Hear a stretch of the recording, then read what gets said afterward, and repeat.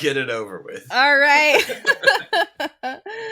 Hello and welcome to the most excellent 80s movies podcast. It's the podcast where a filmmaker and a comedian really manifest the right podcast that we want, where we look at the films of the 80s that we think we love or might have missed with these our modern 2022 eyes to see how they hold up. And this week we watched Weird Science, a movie selection from 1985. You know, it's not a bad idea. What? Making a girl. Actually making a girl. This is Wyatt and Gary. I give her warm digits mammary glands. Something's about to change their world. Something out of this world. She's alive! Alive! What would you little maniacs like to do first? It's all in the name of science. Weird science. If you want to be a party animal, you have to learn to live in the jungle. Not us. Not here. No way. She is turning their lives, Trust me for once, will you? What is going on? Gary, I don't know. their minds, and their house upside down. It's seriously affecting your sex life. It's completely unnatural, Do you realize it's snowing in my room? totally unbelievable, What's going on? and definitely weird. Hi, dudes. They went from zeros to heroes in one fantastic weekend. That's so good. Universal Pictures presents a John Hughes film, Weird Science. It's purely sexual.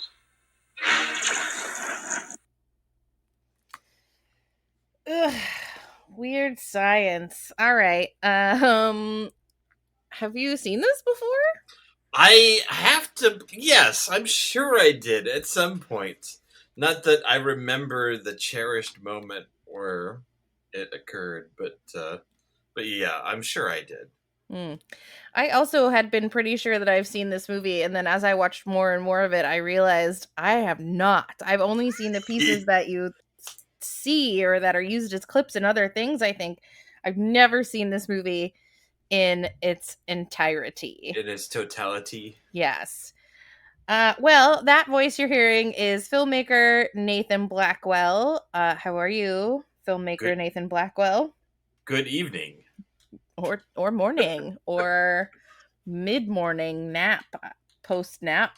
I don't know what time it is for you, but I hope it's good. I'm Krissy Lenz, comedian, director of the Neighborhood Comedy Theater in downtown Mesa, Arizona. And we're gonna talk about Weird Science. Oh boy. All right. So the very first thing we see in this movie is like a pan up from the like shoes of our two main characters, Wyatt. Is it Wyatt and Greg? Wally? I don't even remember. I literally just watched this. And they are nerds, and they are watching the girls' gymnastic team. And Anthony like, Michael Hall and friends. yes. And they're just like describing a fantasy world in which they're cool. And, all these nameless, faceless women worship and adore them. And then we see Robert Downey Jr. and his best friend. All of the hair in this movie is very exciting. It's possibly my favorite thing about the movie. Fact. And Robert Downey Jr. and his counterpart pants them. And then we're off. We have Weird Science by Oingo Boingo playing, and we know pretty much exactly what we're in for in this movie. Mm-hmm. I was really confounded by the fact that, like, we get no sense that other than, like, them telling us that nobody likes them, we don't get a sense that they are science-y or smart. No, they're so I feel like John Hughes is fantastic at creating outsiders, but I don't think he understands the nerd or the smart kid at all. He understands the awkwardness, but these kids, are not smart, I don't think this. I mean, this is interesting to kind of pair with War Games. Mhm. Like Matthew Broderick was very nerdy but very smart, and these kids are. It's sort of like their magic ability to hack the web is almost like of them playing a video game rather than it being a branch of their knowledge of math and science and nerdliness and intelligence. Like they have the level of like intelligence as just a normal kid. They don't come off as like honors kids at all. Right. Or even, and it was so easy to make Matthew Broderick in War Games seem like he knew what he was doing with computers just by going, oh, he's up there with his computers, and to show him do even one thing with the computer. Yeah, they until the moment that they need to use the computer, they basically at that point just sit down in front of a computer and then get going. Yeah. At that point there was no other lead in terms of them being smart kids. Right. And it just is an idea that occurs to him, let's make a girl with your computer. And they're like, all right. And they just do it. Like, it's almost kind of like more like, let's make a wish to be better at dealing with women. Yeah. It's less of a branch out of their skills. This movie it should have been a wish.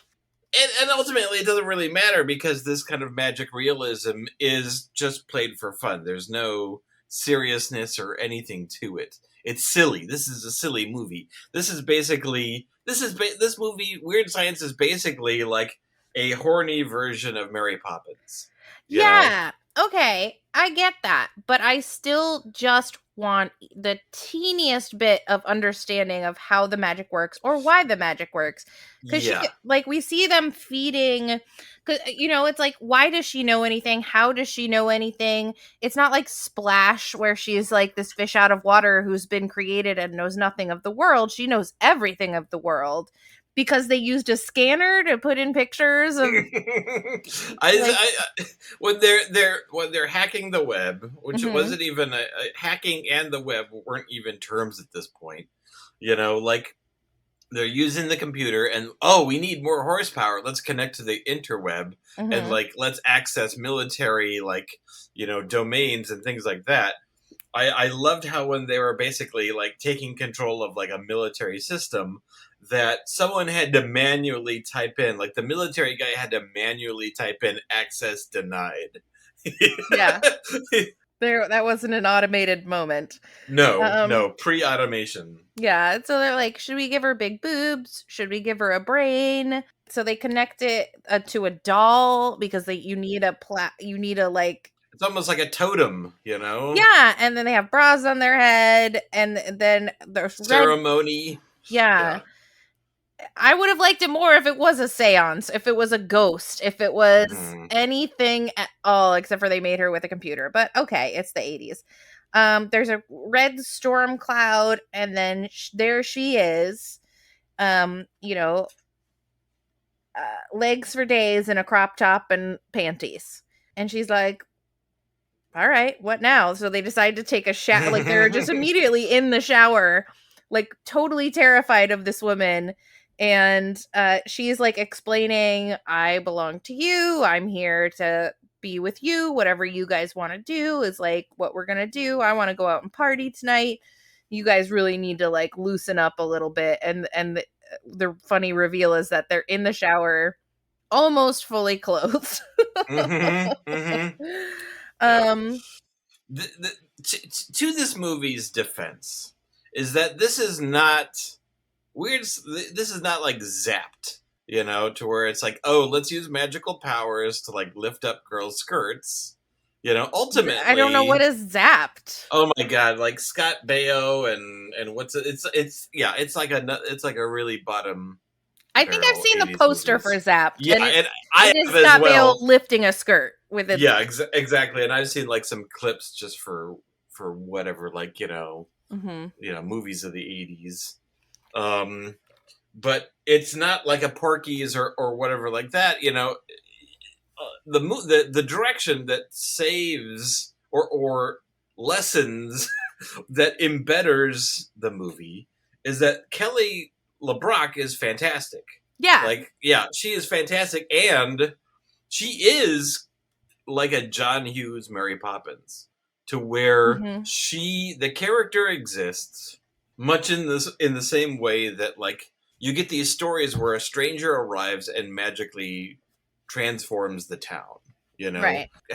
She forces people by the nature of her existence to confront their, like, issues with their parents, or to help them figure out what they really want in life. She basically, even though she says stuff like, you created me, you can do whatever you want, the reality is that she is controlling them. She is controlling or kind of guiding not only her, but like not only them, but other people as well in her, in this kind of like this social nexus, of and transforming and changing them almost like a genie would, or a magical entity, Yeah. I guess a genie really more, that's different. But yeah, she's effectively like a magical ghost that has appeared and is like transforming people's lives. Right. And you're correct on one point. That is the only saving grace of this movie, is that she has some kind of, but then she doesn't have any, like, and also she's incredibly like sweet too. She's great. Her character is great. But like what she wants for them like doesn't make any sense. Like if she was Mary Poppins mission is to help the Banks family because that's what nannies do, right? I mean, I'm confused. Well, I feel like Mary Poppins, to where it's like the reason they summoned her is not ultimately the thing that she fulfills. Like, right. These magical strangers, they know what the real problem is, which is that they Robert Downey Jr.'s girlfriend, right? Is that they don't need to hook up with a hot supermodel. What they really need to do is be comfortable enough and have the confidence to talk to real girls. That's absolutely true. Here's the problem. There's nothing likable about these two boys. Yeah. I never said there was. We never get to see them like I said, we never get to see them be smart or good at computers. Well, we never get to see them be kind. We never get to see them, do anything good. Like, mostly we see them at their worst. And, of course, the Anthony Michael Hall character is the worst of the two. Yeah, the other guy is sort of sweeter. Yeah, Anthony Michael Hall is really great at being genuine, but the problem is that, and it's more so like in this than like in 16 Candles, is that he kind of does bits and mugs for the camera, Yeah, so let's jump right in to talk about one of those bits. They go downtown. Okay, so yeah. So with exception of the scene, and we cannot make exception of the scene, boy, I thought the problematic John Hughes stuff was behind us. Yeah. Nope. It's hit or miss. Sometimes Anthony Michael Hall is charming and he's fun and silly, and sometimes it's like, grown. But that's being a teenager. But yeah, this scene, okay, I've set it up enough emotionally. Yeah. They go downtown, and of course, they go to like a nightclub where, even as a kid, this was embarrassing for me. Before I understood problematic. Yeah. So they're shooting Breakfast Club at the same time as this, more or less, which really shocks me because Breakfast Club is a whole different. It's weird because, in some ways, Weird Science feels much older than Breakfast Club. Agree. Does, on the spectrum of like emotion and storytelling. But I totally get, it's like if you told me that John Hughes, was going to do for his next project something that was much more silly, something with like magic realism and he was just gonna go off the chain. It's like, yeah, I am 100% down for that. Yes. But and there is a moment of this in The Breakfast Club where Anthony Michael Hall is like basically doing a black voice and playing this like lispy jazz yeah. It was almost singer. kind of like John Hughes said, "I love that. Let's keep going further with that." Yeah, And he just becomes obnoxious. So and it's not a short scene. It's not. It's a whole huge, and it keeps going into the next scene and the next scene. It was so basically the gag is that once he becomes drunk, he becomes an old drunk black man. Mm-hmm. But they show him hanging out with all these actual like older black men and the guy who's the janitor in Breakfast Club, and they just like accept him and like listen to his stories, and they're like, then what happened? And he's like, well, then I told the bitch that she needed to get out of here. Like he's just calling women a bitch left and right and sideways. They do drop the F-bomb, the 3-letter F-bomb multiple times in this movie, and like the most offensive part of the whole thing, maybe not, but at least one of the most offensive things is that they're all like, yeah, tell us more, kid. If you could, I basically I couldn't take it anymore, and I had to fast forward through the scene. It is real cringy because as soon as it started, I 100% remembered it from having seen it 20, 30 years ago. If you could pull this whole scene and section out, it's for the better. Yes. So then they come home drunk. They meet Chet, the bully older brother troop that John Hughes loves. And look, I am down for any opportunity to spend time with Bill Paxton. I am down. Even in this character? He enlightens any experience by his mere presence. I just hated the character though, and he's like only exists to torture his little brother. Yeah. And is just a terrible, bad joke of a person. All right, so then we get Wyatt like having a makeout moment with Kelly LeBrock, who's decided her name is Lisa, and she's like, are you sure you're only 15? And I'm just like, oh my god, he's 15. This is a crime we're seeing. Stop committing this crime. But luckily she's like, oh, you fell asleep and I cleaned your room. Okay. So, like, I'm glad that they never had any like hookup. They never really like bang it out or anything like that, because I was like, good, because this is upsetting. So then they go to a department store without her. No, she's there. She's shopping for underwear with a very old lady, and she's like holding up these like not barely there like lacy thongs and going, if you were a 15-year-old boy, would this turn you on? And the older woman's not like, I should call the police. This is not okay. And they're buying perfume. So these kids are like rich kids. Am I wrong? But like, not a no, problem only one is Anthony Michael Hall. I don't think was. But like, they clearly set up that Wyatt's family has a maid, and does he though? He says at the beginning, "Don't make a mess. The maid doesn't come till Monday." So I got the sense that he was like sort of rich and privileged.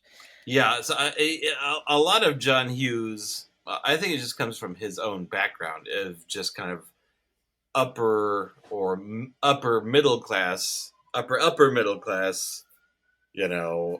like Illinois, Chicago, waspy Republican backgrounds, and the stuff that, and the stuff that happens underneath the layer of like appearances. So you definitely get the sense though, like in Breakfast Club, just to compare it to Breakfast Club again, that like he can write the characters who don't have money, right? So like they're the characters who have money, and then there's, you really get the feeling that John Bender is like not a privileged kid, and you feel the difference there. Yeah, absolutely. Yeah, he's definitely capable of telling, a wide spectrum, at least within the white experience. Yes, the very much white experience. And even in Pretty in Pink, like in Pretty in Pink, they're poor kids. Like that's the whole point, is that like the But again, the it's rich also kids and the poor kids. maybe it's a little unfair to peg John Hughes specifically with that, because you could also label a lot of '80s filmmakers with that. Okay, that's true. But I never got a sense like Anthony Michael, like when we saw Anthony Michael Hall's parents, like that seemed like a really small living room. I forget what the outside of the house looked like, but I don't feel like Anthony Michael Hall was well off. Okay. So we meet Robert Downey Jr. and his friend at the mall. They dump an icy onto the boys and their two girlfriends. This is the first time we ever like really hear from their two girlfriends are like, we should break up with them. They're mean bullies. And then they're like, but if we do, then we'll be in a social coma and we'll never go to parties. And so they're like, you're right. Oh, well, I guess we'll not be mad anymore. They see Kelly LeBrock and begin to stalk her. Yeah. Robert Downey Jr. and his friend. Yeah. The girlfriends have their own, like, they're also kind of transformed by Kelly LeBrock as well. Right. Not only not I enough. Well, but a little. For like the fourth and fifth most important characters in the movie. Yeah. I mean, my perception of them changed as they kind of went from cliches and stereotypes to kind of like becoming sweet characters, towards the end of the movie, who had their own like desires and wants. Did they? I mean, comparatively, at least in terms of like how they were presented and their performance. Okay. Like when they actually get into the situation to where they're wanting to hang out and meet the boys, like you sense their vulnerability, and you sense like their own motivations, and you sense that they are kind of like the girl versions of them. Like they're very uncomfortable and nervous. So that's in the bathroom scene eventually, but like yeah, we never ever get to the point with it's like literally like 15 minutes before the end of the movie. Yeah, and they don't know these two boys. Like they just decide they want these two boys instead of those two boys because there's a lot. Yeah, that's what the movie says. It's weird, but I mean, there's a lot of extremely broad silliness with this movie, but also like Also, like the John Hughes level of like suddenly cut to close-ups, awkward silence, authenticity, real emotion. So it tacks back and forth between those, like the John Hughes, what we think of John Hughes, which is like the sensitive, emotionally honest, real moments with interesting different characters from different backgrounds. But then also the very broad, silly, just buy into it level of like comedy to where it's like red lightning and clouds in the sky and like nuclear missiles coming up from the ground and dogs walking around on the ceiling. So it goes between those two worlds, throughout the movie. Not constantly. Yeah. It doesn't dip into the kind of like the Breakfast Club, authenticity. No, it never gets that real. Much. Yeah, it never gets that real. But that is something that sometimes works and sometimes doesn't. Yeah, so the next scenes are the weirdest scenes in the whole movie, where she's like, we're going to Gary's house. Well, she convinces Wyatt to have a party. He doesn't want to have a party, and she's like, well, just deal with it. You're having a party. You need to loosen up. Like, that's her theme for him, is like, you need to loosen up. You need to relax. You need to chill out. You deserve a party. But then she also goes to like Gary's house and like confronts his parents in a really aggressive and like odd way. She's like smoking and drinking a beer and like basically telling them all about how their son is like deserves a party because he masturbates instead of having sex. And they're like horrified.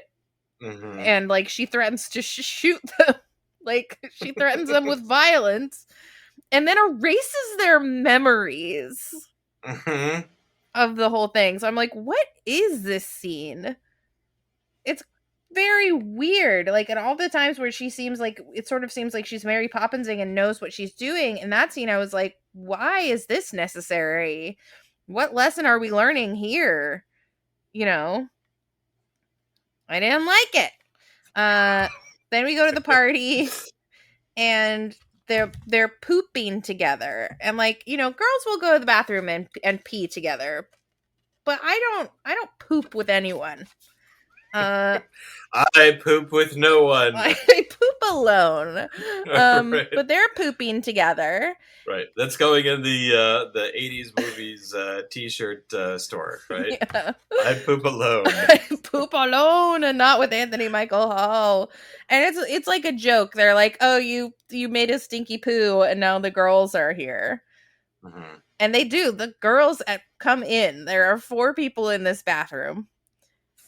The girls are just looking in the mirror and talking to each other, and the boys are in the shower, and we just see their mouths. I thought that was a weird filmmaker choice. What was that? Mhm. A parody of something? I didn't understand, because they start talking really monotone and really fast. Like, we like these girls. Yeah, we like these girls. We think these girls like us. Yeah, we think these girls like us. Well, what will Lisa say? Oh, she'll be fine with it. Oh yeah, their style was like straight out of not the close up, but just like the style, the cadence, the speed was Dragnet Okay, and that's something that like- people would have got the gist in of? the 80s. Well, you know, it was only 30 years ago at that point, and Okay. now it's like 60 years ago. So, which is another reason we've got to watch Dragnet with Tom Hanks and Dan Aykroyd. I don't know if it's on my list. I don't know if it's on my poster.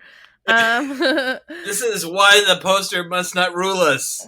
I don't know. It's a poster. Her list of 80s movies on a On a poster. poster.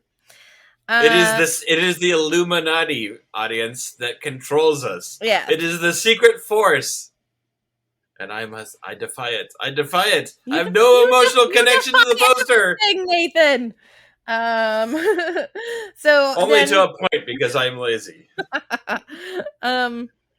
Robert Downey Jr. and Baby his Downey friend, they end up talking to Lisa, and they're like, "We want you to be with us," and she's like, "No, I can't, because I have to do whatever they say."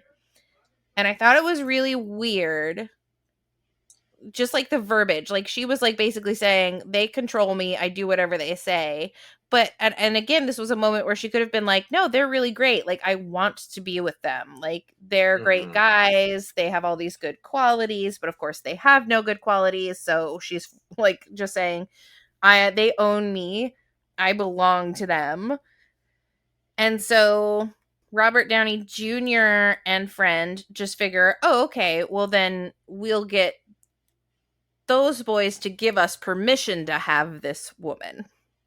Mhm. Meanwhile, Kelly LeBrock also talks to the girls and is like, I took a shower with them. Oh, you should too. I was like, no, they really shouldn't. They're 15.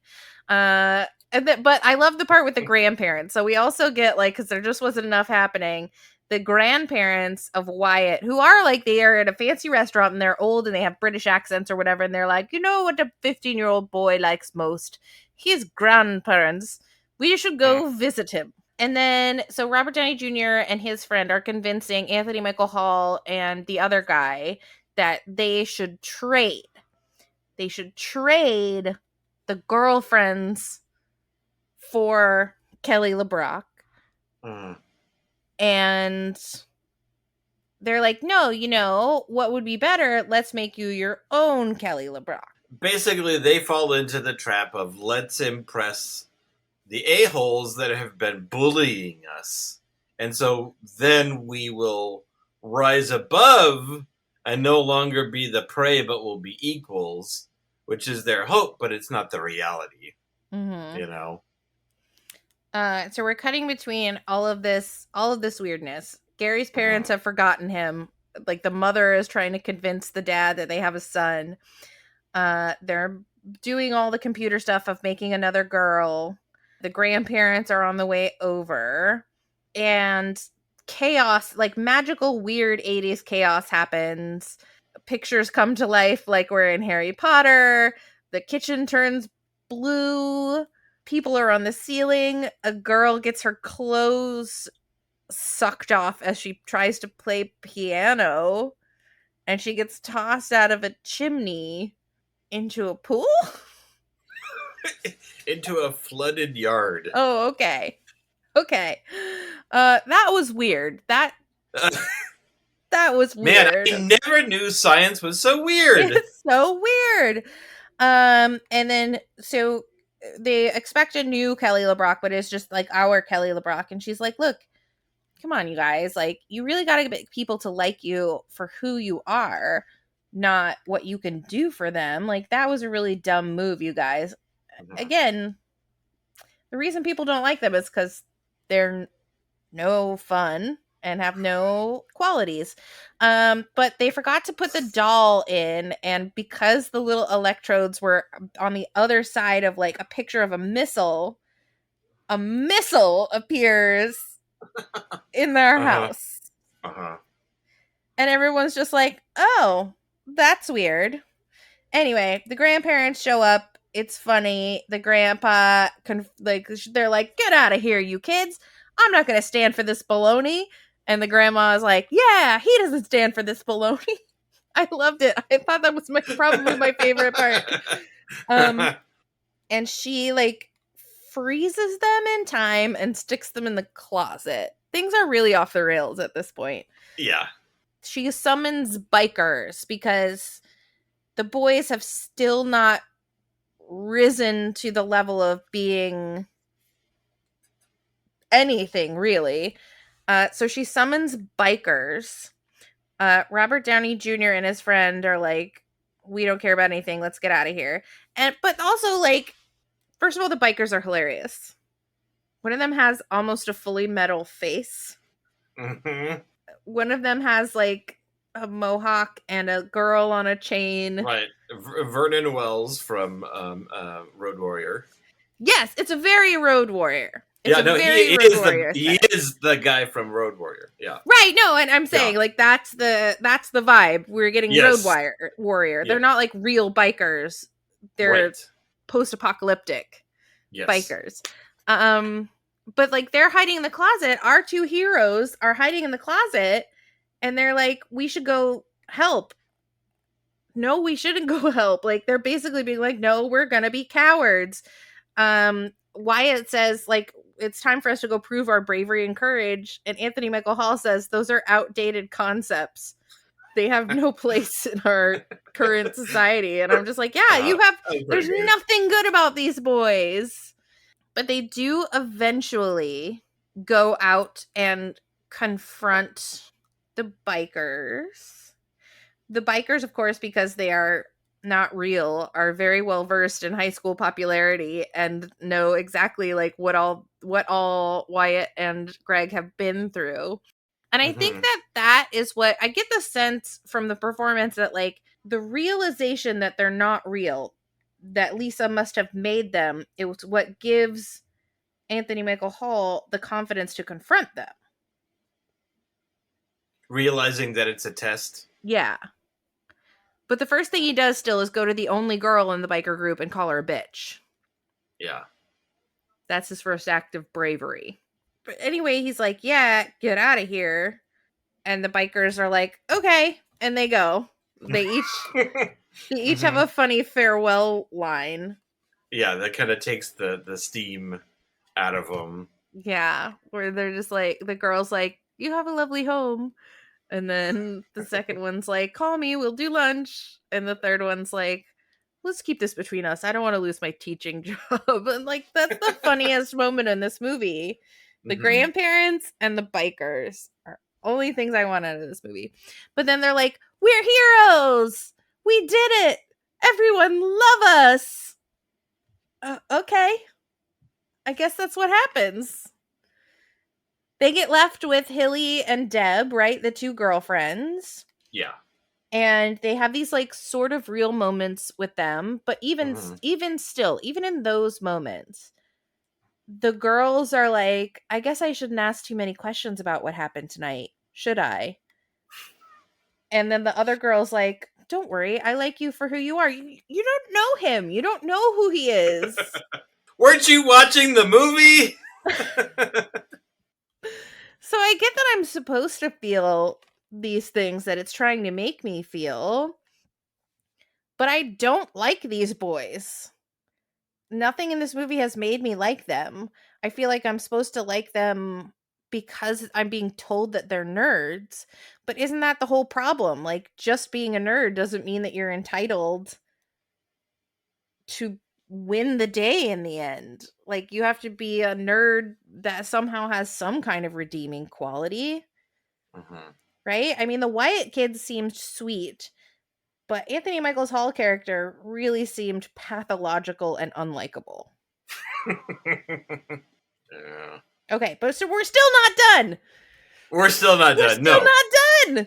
Chet shows up, and then And then it becomes like then it kind of like, at this point we're kind of rambling on at this point, because then it's like one final obstacle, Chet, and then also like the parents showing up. Mhm. So this is kind of like this was better. This is like a proto version of Ferris Bueller, of like, yes, we've solved the thing, but now, oh shoot, all the loose ends, and the parents coming home, and my sibling, and everything kind of coming to a head, and finally like sticking the landing. It's kind of the end of Ferris Bueller. Yeah. But it's just a little messier and not quite as fantastic. And really, like, he's like threatening them with a shotgun. Yeah. Like literally putting a shotgun in her eye socket. Into their faces. Like, yeah. Uh-huh. This is not, and like he's being like very silly, and he's like opens the cupboard and sees the frozen grape. Oh, hi Nona, hey Grampy, and then he's like, Mhm. oh, I'm not an idiot.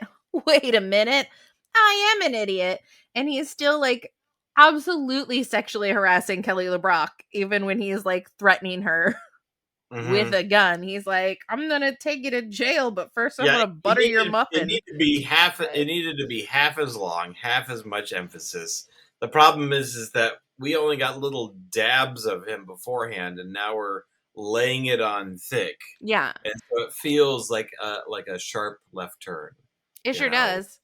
Yeah. So it needed to be less, and we needed to have him a little more beforehand, so it felt as weighted. Yeah. Towards the end.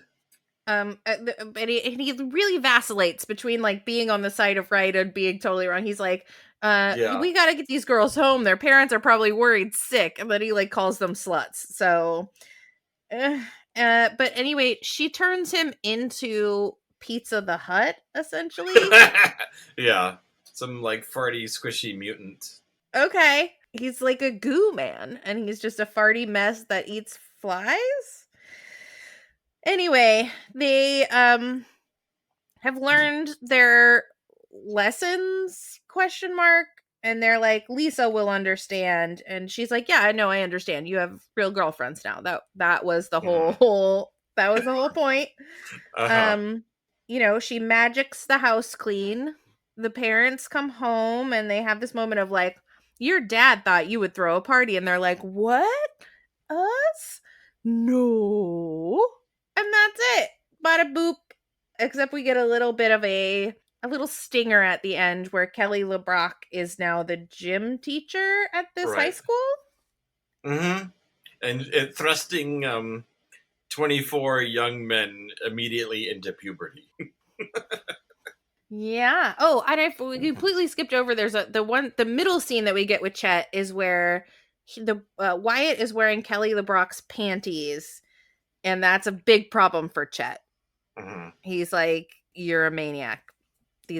How could you be wearing these underwear? Next thing you'll have bras on your head. And there's like, he should have just said that it was European underwear. Yeah. Yeah. So that's Weird Science. Mm-hmm. It's effectively Paddington, isn't it? Like, oh, we've got problems. We need someone to fix us. Paddington arrives, fixes the town. Okay. Is that your deep cut recommendation? No. So my deep cut recommendation, I've got it. It's actually pretty much Paddington, but with more killing. Okay. Well, but okay. So did you like this movie? So I was thinking to myself, like, Oof. could you remake this movie? They have tried to remake this movie. They've talked Yeah, about remaking There's it. like a TV, like 10 years later, they made like a TV version of the show. Right. And they had talked about, like, the people want to reboot it. They keep trying to bring it back. They're like, well, what if instead of Kelly LeBrock, it was Channing Tatum? I don't know why there's this, like, thing where they, like, everybody just wants they want to splash with Channing Tatum. They want a weird science with Channing Tatum. They just want to gender flip something and make it Channing Tatum now. Gender flip is not always the right answer because sometimes the inherent concept is problematic. Yeah, it still would be absolutely unokay, all of these things that happen. You'd have to change so much about the story that I wouldn't even find it cheeky that it's now. I mean, can you imagine Channing Tatum and 15-year-old girls? Sometimes the gender flip is also problematic because maybe it's not okay that like a woman does this to a man versus a man doing it to a woman. Right. You know? The whole thing's not okay. It doesn't matter what the genders of the people are. Right, exactly. That's not the problem here. Yeah. There's other stories to tell. The truth is that Weird Science and Mary Poppins and Paddington is a continuation of these types of stories, which is going to be one of my deep cut recommendations, which is sometimes you have these stories of a stranger coming to town and transforming it. Sometimes it's like a ghost Will Smith teaching someone how to play golf, but he's actually teaching them how to love or to whatever. Like this mysterious ghost stranger that comes into town and magically transform it. I feel like we will continue throughout our lifetime to see stories like that because it's fun and appealing, Mm-hmm. But yeah, there's no reason to remake this specific story. Let's let it be what it is. And let it be a monument to the 80s. Yeah. A moment in time. So what is your deep cut recommendation? Do we do ratings or do we do our We are going to do ratings. Do you want to do the ratings first? Yeah, let's do the ratings first. Okay, so from 1 Pershing missile in your living room to 10. Oh, I did want to share this because I found this when I was looking through the trivia. So Robert Russler, who is Robert Downey Jr.'s like counterpart, said the scene when the rocket came up through the floor was a very complicated shot to set up. But right before the cameras rolled, Anthony Michael Hall farted, ruining the take. Like farted and made everyone laugh and ruined the take. But they couldn't reshoot it because it was so expensive. So they had to film it in reverse in order to get the shot. And I was like, oh my God, that's the essence of this movie is Anthony Michael Hall farting to ruin a take. Like that is the essence of the personality I get from him. Uh-huh. I'm sure he's a nice person. Well, but like, okay, so when we did Breakfast Club, like all of the scuttlebutt from the Breakfast Club was that he was the most difficult person to deal with. And like, he was the most like arrogant of all of the teens. And like, that's what you get from him, right? Like the person that he is in Edward Scissorhands is like, I feel like the person he really is inside. Anyway, so on a scale of 1 living room missile to 10 living room missiles. So I think I'm gonna give it a higher rating than I should, which is 4. Okay. Because I do think that there are you can cut this down to a really nice 20 minutes. And you would have like these wonderful solid John Hughes moments, and then so you've got 20 minutes of gold buried within like 100-minute movie, or an hour 45 movie, and there's definitely like 6-7 minutes, and we know the scene that you can pull out and hopefully you forget about and never revisit you cut out of every version that continues from here on out. And then the rest is just like silly or weird or sometimes rambling, So yeah, I'd give it a 4. Okay. There's definitely some fun, silly moments. And you know what? For John Hughes doing something more ridiculous or more outlandish, I support it. It's just I would prefer not to watch it again. Yeah. I'm gonna go even lower than that. I'm gonna give it like a 2. I mean, I like the hair, I like the grandparents, and I like the bikers being funny and their exit lines, but there's nothing else to like in this movie. Like, I like Kelly LeBrock, I like her performance. Yeah. But that's not enough. It's not enough to save this movie from being deeply problematic on every level. So no, nay, I say. This is like my least favorite. And like, if you would have asked me what's more problematic, Weird Science or Risky Business, I probably would have guessed it was pretty close, but I definitely would have gone Risky Business. Turns out that is incorrect. You're a terrible guesser. Yes. Stop yelling at me, Nathan. You're making the poster upset. So yeah. So I give it a 2. Don't like it. Don't need it. Don't want it. So what is your deep cut recommendation?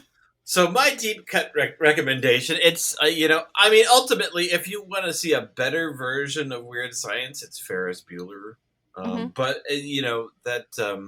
but in terms of a deep cut recommendation, I'm going with the direction of the stranger that comes to town and transforms everyone's life.